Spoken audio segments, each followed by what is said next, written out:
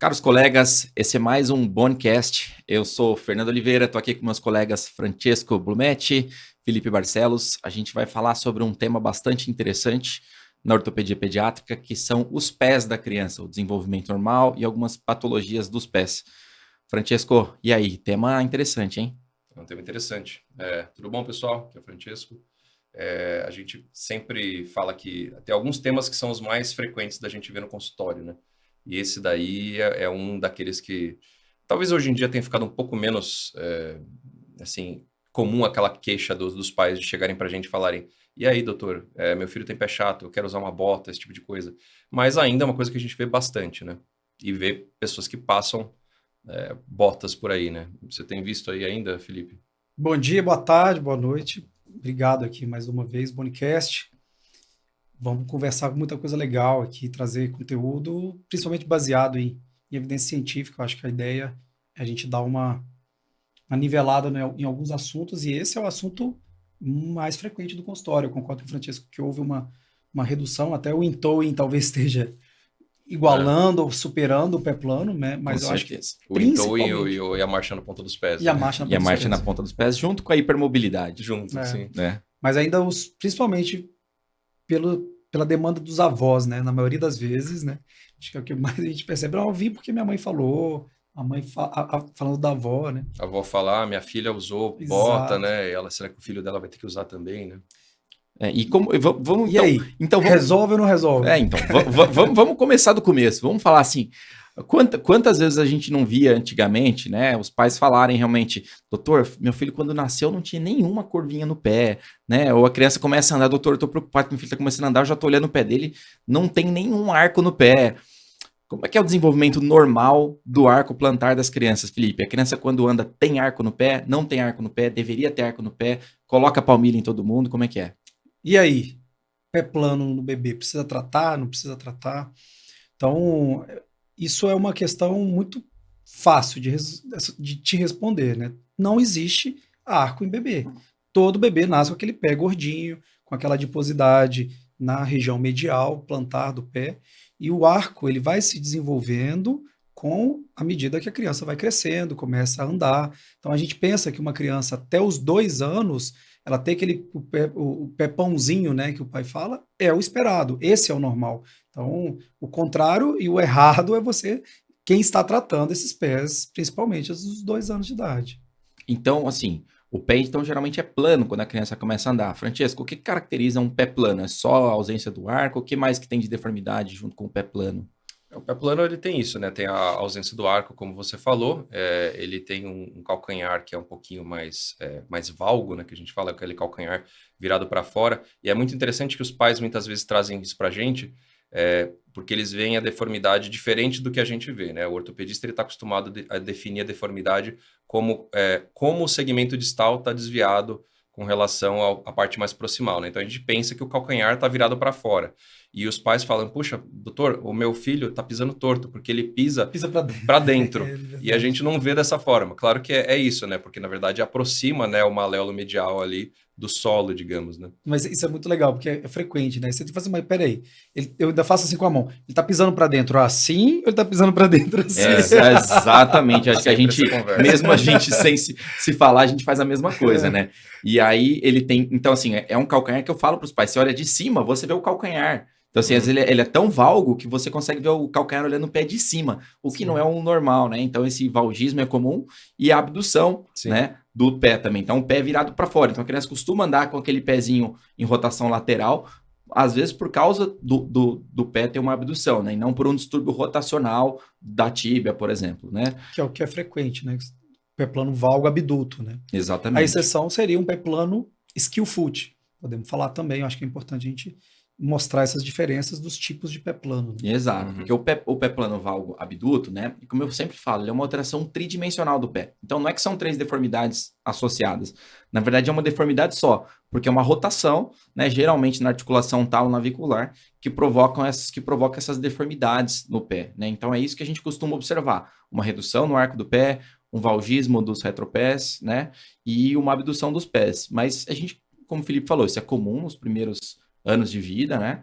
E até quando, Francesco, você acha assim, que é uma idade que você fala assim, já é uma idade que começa.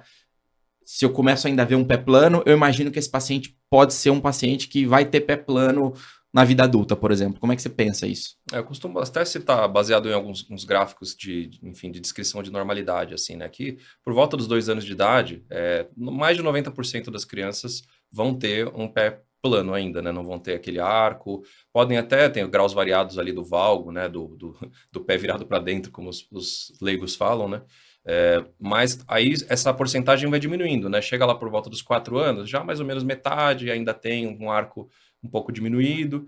E ali, por volta dos 6, 7, já se estabelece mais ou menos aquela porcentagem que a gente sabe que cerca de 20% ali dos adultos, né, eles vão manter esse pé plano flexível da infância, né? Eu até costumo falar para os pais, né, que se uma coisa que 20% das pessoas do mundo tem, não pode ser uma doença, né? Tem que ser uma variação da normalidade, né? Assim como algumas pessoas têm olho claro, outras têm olho escuro, enfim, outras têm pele clara, pele escura, é uma variação da normalidade, né?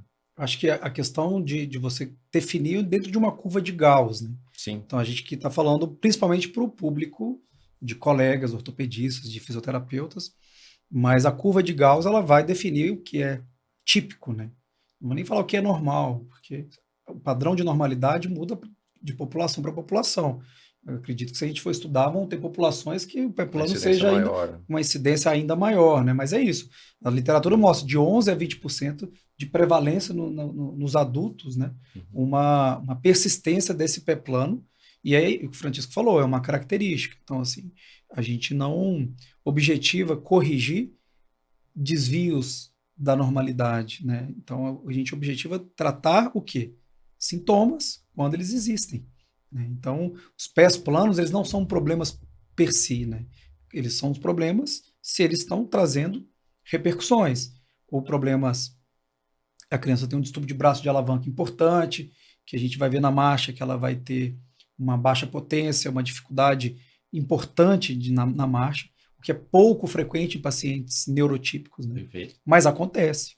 Existem crianças que têm uma hipermobilidade considerável, mas ainda assim, né? Então, a decisão de até onde intervir e como intervir é uma coisa que é sempre muito difícil, né? Então, vou lançar uma pergunta para o Dr. Francesco, aí, já que é uma pessoa com bastante experiência em exame de marcha. Quando o Felipe tocou no assunto disfunção de braço de alavanca, isso principalmente a gente vê para pacientes com alterações neurológicas, com doenças neuromusculares, mas o que é o distúrbio de braço de alavanca que o pé plano pode ocasionar e como é que a gente vê isso no exame de marcha? Então, o distúrbio de braço de alavanca, né? O Gage, ele definia alguns tipos de distúrbio de braço de alavanca, né? Então, tem vários aí relacionados com diversos aspectos, mas os mais comuns, quando a gente fala de distúrbio de braço de alavanca, geralmente a gente está falando do rotacional, que é o distúrbio de braço de alavanca rotacional, que basicamente os membros inferiores, eles são alavancas, né? Que os músculos são feitos ali para atuarem nessas alavancas. E se você tem um desalinhamento, né? Então, se o joelho está virado para dentro e o pé está virado para fora, as alavancas ali não estão alinhadas. Então, isso vai gerar uma disfunção. Então, o pé plano ele pode causar uma disfunção de braço de alavanca, primeiro, por esse mecanismo aí de uma disfunção de braço de alavanca rotacional. Então, o pé está virado para fora, aí aquele mecanismo, né, que a gente sabe que o tríceps sural faz, do mecanismo conjugado, flexão plantar e extensão do joelho, em que o solear, com a sua contração excêntrica, vai frear o avanço da tíbia, ajudando a estender o joelho, esse mecanismo ele vai funcionar de uma forma pior. E da mesma forma, existe também o braço de alavanca, a disfunção de braço de alavanca flexível. Então, é aquele caso que o pé plano também acaba sofrendo, porque ele, em vez de ser uma alavanca rígida, né, que você vai ter ali da cabeça do metatarso até o efetor ali, tem articulação e tem depois o tríceps atrás, você vai, na verdade, parte dessa movimentação ali causada pela hipermobilidade vai se perder por causa da frouxidão ligamentar ali na região da cápsula da catálogo navicular, enfim.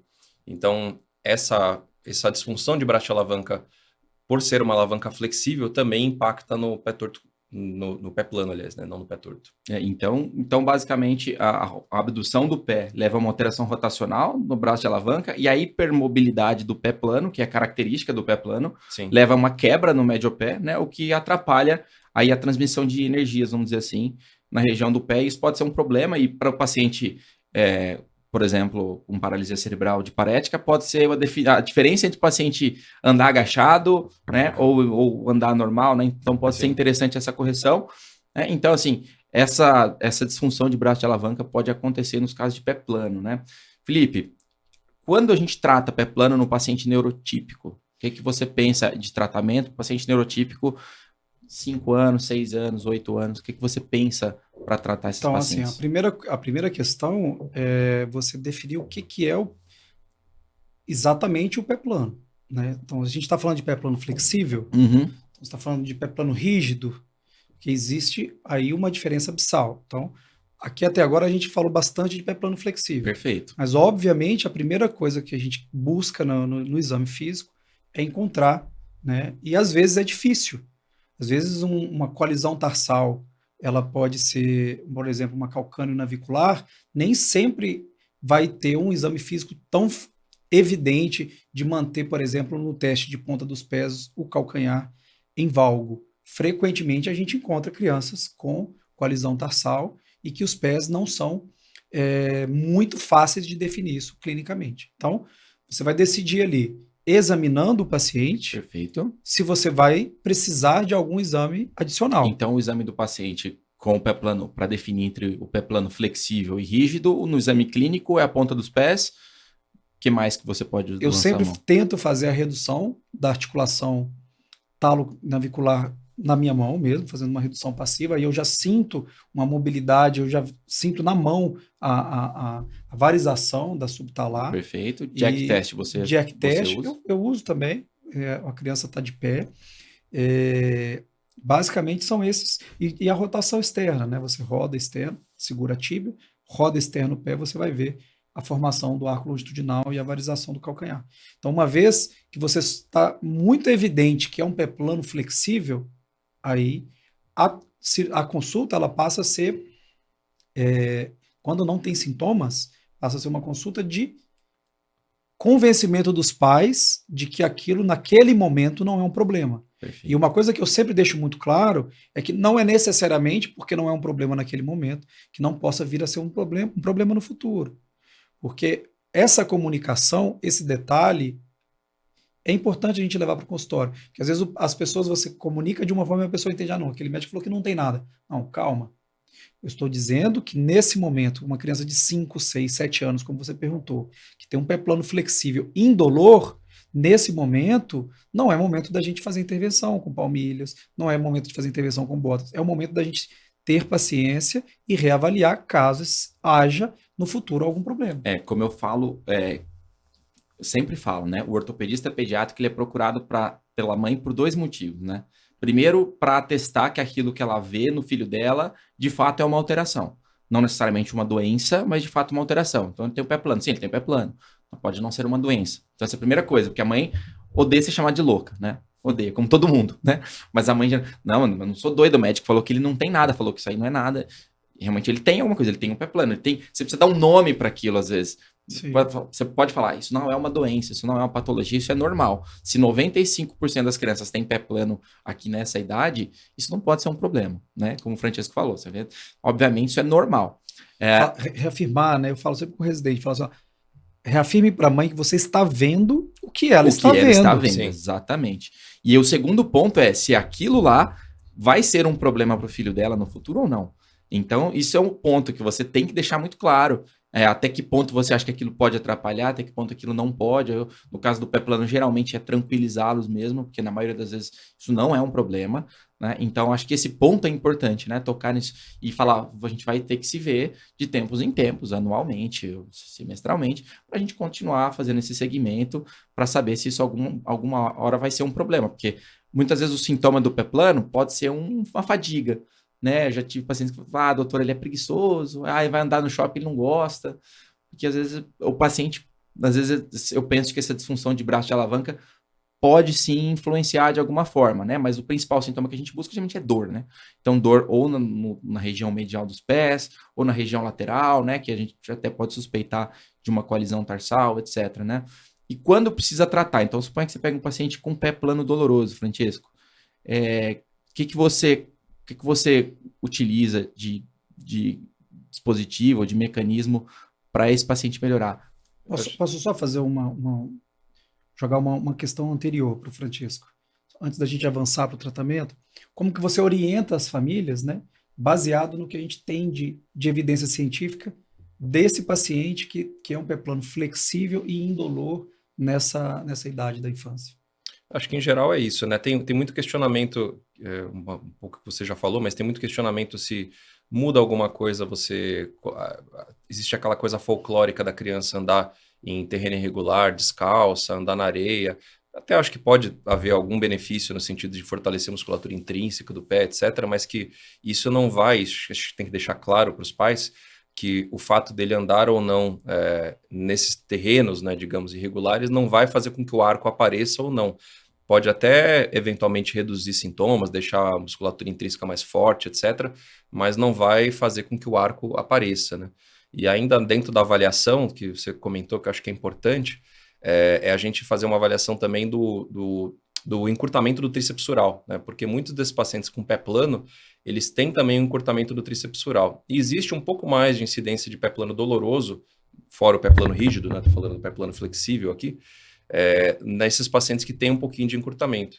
E para esse grupo que tem o pé plano flexível e tem uma hipermobilidade ali na tala-navicular, acho que é muito importante a gente ressaltar que quando você vai fazer a dorsiflexão do tornozelo para testar ali o encurtamento do tríceps sural, isso seja com o joelho em extensão ou com o joelho fletido, você precisa fazer uma leve inversão da subtalar ali do pé, deixar o pé na posição de subtalar neutra. Como é que eu vou saber isso? Então, palpa ali a cabeça do talos. Na hora que a cabeça do talos, você vai fazendo a inversão, na hora que a cabeça do talos entra para dentro ali, digamos, da articulação taranavicular, ela é ocultada pelo navicular, você está numa posição boa para você testar a dorsiflexão, porque aí você vai estar bloqueando aquela articulação do médio pé e não vai estar causando uma quebra no médio pé quando você testa a dorsiflexão. Então, acho que isso é um ponto, quando eu vou avaliar como eu conduzir, se o paciente realmente não tem pé plano, não tem encurtamento do tríceps sural, eu provavelmente vou dar orientações gerais com relação à prática esportiva, que é benéfico, e quanto a esses mitos aí sobre a questão do tratamento com palmilhas ou não, que a gente vai até comentar um pouquinho. Mas agora, se ele tem um pouco de encurtamento do tríceps sural, eu acho que eventualmente vale a pena orientar coisas que favoreçam o alongamento, né? Pode ser o alongamento até passivo, que às vezes eu até oriento para os pais. Fisioterapia poderia ser, ou às vezes eu mostro para os pais como fazerem e falo para eles fazerem todo dia à noite antes de dormir na criança. Você reduz a tala navicular, ensina a reduzir? Eu não mostro como deixar na posição da subtalar neutra, porque é um pouco mais técnico, né? Mas geralmente você fala, vira o pé um pouco para dentro e empurra para cima. Eles entendem e funciona bem. Mas esse detalhe da redução da tala navicular, a gente estava deixando de falar e realmente, né, foi muito bem lembrado. Isso, na verdade, para todos os exames físicos, né? Quando você está examinando, principalmente criança com hipermobilidade e crianças com alterações neuromusculares, né? Você precisa, porque senão você vai... Criança, obviamente, com um equino, né? Isso acontece muito em criança com espasticidade. Né? Então, entrando um pouco sobre o tratamento, e a gente já vai falar um pouco mais de um estudo interessante aqui, mas basicamente a gente vai fazer alguma coisa no sentido de ortetizar o paciente, ou seja, quando a gente fala ortetizar, a gente está falando de utilizar palmilhas, algum calçado diferente, alguma órtese, né? E aí tem estudos mostrando isso, né? E a gente utiliza basicamente quando o paciente tem sintomas. Então eu falo para os pais que isso é como um óculos. Ele está usando, enquanto ele está usando a palmilha, está funcionando, e aí a ideia é melhorar os sintomas do paciente. Agora, a ideia não é que isso produza o arco no paciente. Então, eu sempre falo da seguinte forma: se a gente tem 2 pacientes, meu paciente lá é o Miguel, então se a gente tem 2 Miguéis, um com palmilha e um sem palmilha, daqui a 3 anos eles vão estar com o pé exatamente igual. Mas durante esses 3 anos a gente pode amenizar os sintomas dele utilizando alguns tipos de palmilha que podem melhorar um pouquinho a função do pé, melhorar um pouco o amortecimento, tentar melhorar um pouco mais o alinhamento dos ossos do pé. Ok? Acho que a ideia... Você mostra os resultados do trabalho? Aí tem um trabalho bastante interessante, recente, agora de 1989, né, mostrando a ineficácia de botas, de palmilhas. André pode espelhar para a gente aqui um gráfico que a gente tirou desse estudo do Dr. Dennis Wenger, mostrando aí para pacientes próximo dos 3 anos aí, né, 2 anos e 9 meses, que foram incluídos nesse estudo, mostrando o ângulo entre o talos e o solo. Esse ângulo, vamos dizer assim, quanto menor, né, melhor o pé. Então, mostrava aqui esses grupos, aqui um grupo controle, um grupo que usava um calçado corretivo, né? Esse heel cup era uma elevação, É né? uma palmilha Só do calcanhar, é. né? E aí o CBL é um tipo de palmilha que faz mais rígida, que faz uma elevação do arco ali. E aí tá mostrando que com o passar dos anos, isso aí foi mais ou menos 3 anos de diferença entre uma medição e outra, mostrando que esses grupos evoluíram exatamente igual, ou seja, o ângulo reduziu, como é esperado reduzir com o passar dos anos, e a gente vê que reduziu na mesma proporção. Então, estatisticamente, isso não tinha diferença entre os grupos. Então, isso mostra, né, um estudo com muitos pacientes, né, um N gigantesco de pacientes, e isso mostra a ineficiência de utilização de qualquer tipo de órtese, né, para esses pacientes. Ou seja, não adianta fazer isso formar. Agora, por quê, Felipe? Conta pra gente por quê que os nossos avós, né, os nossos pais, na verdade, os avós das crianças que estão nascendo hoje aí, mandam falar assim, vai lá, tem que levar esse menino no ortopedista para colocar bota. Por que eles gostam tanto da bota? Me conta. Então, essa é uma questão geracional mesmo, né? Então, a gente vê nesse artigo, que foi um artigo de divisor de águas, assim, que não há, né, diferença significativa, estatisticamente, entre os grupos. E aí é legal que ele segue essas crianças por mais tempo e sai outros papers. E tem um que é muito interessante, que ele mostra a questão da autoimagem. Como que as crianças que foram tratadas, elas tinham uma autoimagem pior do que as crianças do grupo controle. E também como que as crianças do grupo tratamento tinham os pés mais sintomáticos. Por quê? Essas palmilhas, muitas delas eram rígidas. Então, a palmilha, em primeiro lugar, se você opta por fazer um tratamento, ele tem que ser para melhorar a dor, não para piorar. Então, uma palmilha rígida, dolorosa, foge completamente da ideia. Mas tudo bem. Respondendo a sua pergunta, é isso, é uma questão geracional. Então, obviamente, a gente precisa avançar nos estudos e encontrar justificativas científicas para basear nosso método, nossas condutas. Mas a nossa geração que usava bota melhorava, né, Francesco? Na maioria melhorava. Era muito comum eu sempre cito para os pacientes isso, né? Porque era aquela criança que você colocava, que inclusive foi o que aconteceu no estudo, né? Você colocava a bota ou a palmilha com 2 anos de idade, e aí, de repente, com 5, 6 anos, a criança melhorava, né? Ou não melhorava, mas assim, muitas melhoravam. Por quê? Porque elas iam melhorar. A história natural é essa, a gente já sabe isso, né? Eu acho que esse é o ponto principal, né? Agora, você pega uma criança ali com o pé plano doloroso, flexível, porém doloroso, né? Com 12 anos ali, que você já não espera que tenha um desenvolvimento do arco. A gente sabe que esse arco, como o Francesco falou, até os 6 anos se desenvolve muito, depois ele ainda tem uma melhora, até ali uns 10, 12 anos. Esse paciente tem dor, né? Tem um pé plano flexível aí, mais doloroso. E a gente opta por fazer o tratamento, né? Um tratamento cirúrgico. O que você costuma pensar nesses casos, Francesco? Como é que você costuma... Assim, eu sei que você é um cara que evita operar esses pacientes, né? Até porque você tem um viés próprio. Eu tenho um viés próprio, eu tenho um pé muito plano, assim, não tenho dor nenhuma, mas eu também não tenho encurtamento do tríceps sural. Tenho, inclusive, um belo alongamento ali. Só do tríceps, enfim, os isquiotibiais ali são uma porcaria. Mas Quando você pensa em operar, como é que você pensa nisso? O primeiro, acho que eu tento ao máximo não operar, né, realmente esses casos, talvez por causa do viés pessoal, mas também por casos que eu tive, enfim... Então, primeiro tratamento conservador. Primeiro tratamento conservador. Segundo tratamento conservador. E assim, acho que essa questão do tríceps sural é um ponto que é importante, eu acho que muda bastante assim, a incidência. É muito mais comum a incidência de pé plano doloroso, flexível, quando eles têm o encurtamento do tríceps sural, Perfeito. do que quando não tem, né? Então esse é um ponto que você pode eventualmente trabalhar numa físio, usar palmilha, etc. A questão da palmilha tem um pouco desse questionamento, assim... Tudo bem, não vai formar o arco, mas será que aquele paciente que tem, às vezes, um pé plano muito desabado, tem muita gente que passa a palmilha não no sentido de melhorar o arco, mas de meio que orientar as forças durante o crescimento da criança para fazer com que o pé não piore tanto. Isso eu não acho que tem uma resposta muito clara, assim, mas eu já ouvi diversas pessoas com essa conduta, não para melhorar o arco, mas para impedir que piore demais. De certa forma, é um pouco análogo ao que a gente faz muitas vezes no paciente com paralisia cerebral, que você mantém eles com órtese muito tempo para evitar que o pé piore. Eu não sei a resposta para isso, eu acho que ninguém sabe com certeza.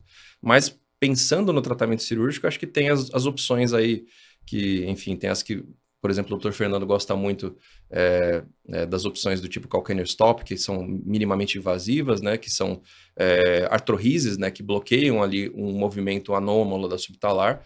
E existem as opções corretivas mesmo, que você faz as osteotomias e realinha os ossos do pé na marra, digamos, né? Perfeito. E aí, Felipe? Então, eu acho que a primeira resposta é isso. Se você tentar o tratamento conservador, né, adequadamente, se você prescrever palmilhas e orientar calçados, essas crianças têm que retornar para você ver se estão adequados, né? Então você tem que reavaliar essa criança, Isso é uma dificuldade, muitas né? vezes. E aí, Palmilha adequada. palmilha adequada é um Uhum. problema muitas vezes, mas enfim, você precisa que essa palmilha seja feita sob medida e passado esse momento, né? A palmilha ela serve até como um teste terapêutico. Então, porque se tem uma criança, ela eventualmente tem uma demanda maior, joga futebol, usou a palmilha, melhorou, mas está com a chuteira, não cabe a palmilha e tem dor. Então, você está vendo que é uma criança que ela está mostrando para você que o distúrbio de braço de alavanca do pé plano flexível dela está tendo impacto que é corrigível. Então, assim, o calcâneo stop é uma opção, as osteotomias são opções, mas eu acho que a grande dificuldade é a decisão quando intervir, né? E aí, uma vez você decidido por quando intervir, eu acho que há uma mudança que a gente está percebendo. As pessoas estão começando a olhar com mais cuidado para o calcâneo stop, obviamente porque os grupos externos estão fazendo, né? Mas é isso, decidiu. Vai tratar, eu acho que a grande vantagem do calcâneo stop é que é algo reversível. Eu sempre explico para a família que, olha, é uma cirurgia, a forma como funciona, né? E que, obviamente, se tiver sintoma, você ainda tem condição de reverter. As osteotomias, eu gosto muito da forma como o Oscar fala, que se você tem um pé plano, e às vezes eu estou na dúvida de como indicar a cirurgia, eu peço uma ressonância.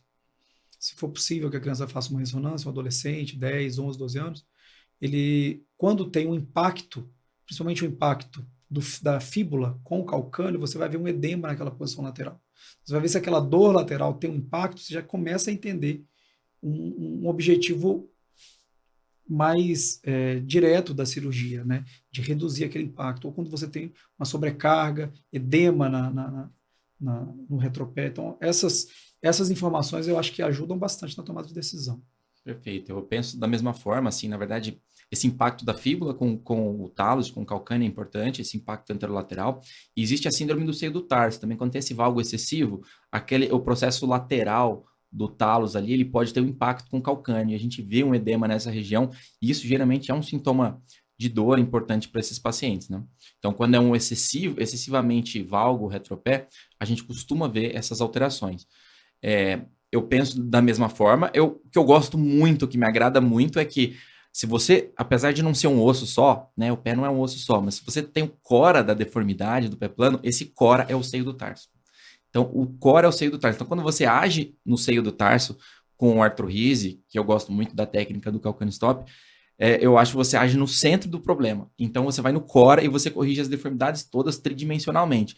Diferente de quando você faz osteotomias, que além de, claro, ser uma cirurgia mais dolorosa, mais agressiva, você produz várias deformidades tipo 2, né? Então, você acaba não agindo diretamente no problema, apesar de, obviamente, funcionar muito bem. Eu Mas você não também acha que faço. o Evans 2 também age no cora? Seria esse mesmo raciocínio? Seria o mesmo raciocínio, eu acho interessante, só que ele tem a capacidade de corrigir, sim, os 3 planos, e os estudos de tomografia com carga mostram isso, que tanto o Cotidianes quanto o Evans, eles corrigem os 3 planos. Então, o Cotidianes também corrige a abdução do pé. Então, claro que menos do que o Evans, por exemplo, mas ele também é capaz de corrigir isso, e os estudos, o César, que está lá nos Estados Unidos, está mostrando muitos estudos com tomografia com carga, mostrando as capacidades de correção de cada uma dessas osteotomias. Mas o pós-operatório, para mim, é muito importante. E aí, isso que você falou da reversibilidade do calcâneo stop é interessante. Isso é uma técnica pouco dolorosa, uma técnica muito resolutiva. Então, a partir do momento em que aquilo vira que a correção é fácil de ser feita, você começa a considerar com mais carinho, mais cuidado para os casos que são sintomáticos e falar, pô, se é tão mais fácil tratar assim, talvez valesse a pena a gente intervir. Agora, se todo mundo fosse realizar um triplo C, um mosca ali, eu já fico com um pouco de medo, porque eu já acho que é muito agressivo, tem um risco maior de complicação, de síndromes de distrofia simpático-reflexa, deiscência de ferida e etc. Então a gente já fica com um pouco mais de medo de Acho tratar. que acaba sendo uma coisa um pouco análoga à questão da epifisiodese medial do joelho para tratamento de genovalgo, né? Que muitas vezes a gente acaba fazendo num paciente que não é sintomático, mas tem um valgo tão acentuado, tem um desvio tão importante do eixo mecânico, que a gente imagina que ele vai ter problemas no futuro, artrose precoce, dor, Exato. instabilidade femoropatelar, etc. E aí, por ser um tratamento pouco invasivo e que só dá certo enquanto a criança está crescendo, você acaba indicando. Não perder a oportunidade. Não perder a oportunidade. Talvez acabe entrando um pouco nessa seara aí do pé plano com calcanhar stop, que você também está fazendo um procedimento que é pouco invasivo, ele vai funcionar melhor só naquela fase de crescimento. Não que vai funcionar Qual depois, idade? mas acho que funciona melhor, né? Funciona. Tem muita gente fazendo para adulto agora também, É. mas a minha experiência não é boa. Geralmente, para adultos, o que é consagrado na literatura é com procedimentos associados. Então, para um pé plano muito grave, um pé plano, né, a síndrome do colapso do pé do adulto, lá, aquele pé plano do adulto, você fazer associado com outros procedimentos, retencionamento medial, reconstruir ligamento mola. Aí, junto com isso, você faz osteotomia também. Aí você faz artrose, porque geralmente a deformidade é muito grave. E aí, por isso, está se fazendo mais. Mas isolado para adulto, ainda acho que é uma coisa que precisa ser estudada. Para criança, a gente pensa entre 10, 12 anos, 14 anos, enquanto ainda tem um bom potencial de crescimento. Lembrando que depois de 2 a 3 anos, você pode, inclusive, remover o implante, que geralmente aquela correção ela se mantém. 14 anos cronológico, uma criança eventualmente com idade óssea atrasada, né? Uhum.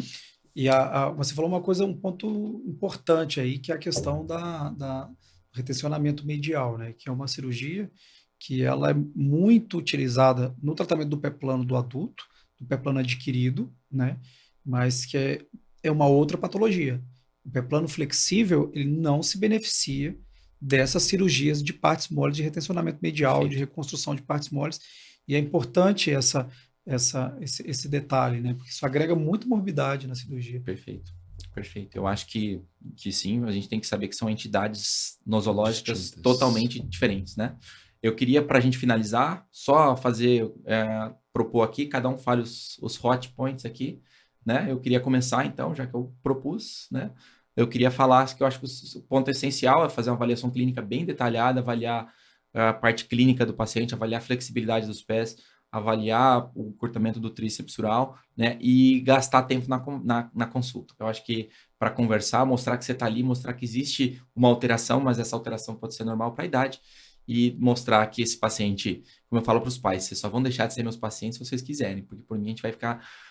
Tô sempre aqui, né? Então, até o final do crescimento. a ideia Pelo é menos. exatamente. Então, acho que os pontos principais são esses, e saber observar com carinho os pacientes que precisam ser tratados e que estão ali naqueles 5% que a gente estão excessivamente alterados os pés ou que tenham sintomas, né? E você, Francesco? Acho que um ponto, enfim, que eu gostaria de ressaltar, acho que essa questão aí das palmilhas que a gente colocou, né? Então, que as palmilhas, elas não têm um benefício no sentido de fazer com que o arco plantar se forme, mas elas podem sim ter um benefício como tratamento de sintomas, né? No pé plano flexível, doloroso ali, já geralmente na pré-adolescência ou adolescência, né? Eu acho que uma coisa que é importante também é a orientação sobre os calçados, né? Porque muitas vezes a criança ela tem dor nos pés e está com calçado inadequado, calçados planos, calçados que não estabilizam bem o pé. Então, sempre um calçado confortável, né? Com o calcanhar elevado, com a sola flexível, mas que o contraforte seja rígido o suficiente para estabilizar a subtalar. E aí, associado ou não às palmilhas, né? Porque às vezes a criança está com dor no pé, mas examine, né? E aí, está com calçado inadequado. Às vezes nem é uma questão de dor do pé plano flexível, é simplesmente porque eu, por exemplo, não consigo usar um All-Star, né? E aí, essa é uma questão importante que entra do que você falou, do exame físico. E acho que é isso. Obrigado. Já vou deixar meu abraço aí, despedir e até a próxima. Maravilha. Obrigado, pessoal. Valeu, pessoal. Obrigado aí. Um abraço.